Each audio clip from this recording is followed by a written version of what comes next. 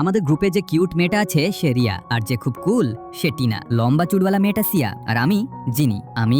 জিনি, তুমি ঠিক আছো তো? ছুটি থেকে ফিরেছো, কিন্তু আজকাল খুব অদ্ভুত আচরণ করছো। আমি কিভাবে ওদের বলি আমি আসল জিনি নই? আমি শুধু আমার মায়ের তৈরি করা এক হামশকল। মা, আমাকে শহরে কেন ডেকেছো? তুমি কি এই বড় কলেজে পড়তে চাও না? চাই তো, কিন্তু আমাদের তো টাকা নেই। রুম 401, একটা মেয়ে থাকে, তার চেহারা তোমার মতোই। তার নাম জিনি। সে শহরের সবচেয়ে ধনী লোকের মেয়ে। তার শরীর সবসময় খারাপ থাকে, তুমি সহজেই তার জায়গা নিতে পারবে। কিন্তু আমাদের মধ্যে তো অনেক পার্থক্য। আমি তোমাকে তার মতো থাকতে শেখাবো, আর সে যদি ফিরে আসে সেটা নিয়ে তোমার ভাবার দরকার নেই। আজ থেকে তার জীবনই তোমার জীবন। এটা তার ব্ল্যাক কার্ড। টাকা খরচ করতে শেখো, এটাই তোমার প্রথম কাজ। চল, আজ আমি সবাইকে পার্টি দিই, দেশি খাবার খেতে যাই। বাহ, আজ তো একেবারে ধনী বাড়ির মেয়ের মতো লাগছে। 5 লাখ টাকার কমের কোনো জায়গায় যাব না। চল, তোমার প্রিয় রেস্টুরেন্টে যাই। আমি তো জিনির প্রিয় জায়গায় জানি না। মা এটা আমাকে বলেনি। তোমরাই কোনো জায়গা ঠিক করো। মা বলেছিল আসল জিনি খুব অপচয়ী ছিল, তার সব অভ্যাস নকল করতে হবে।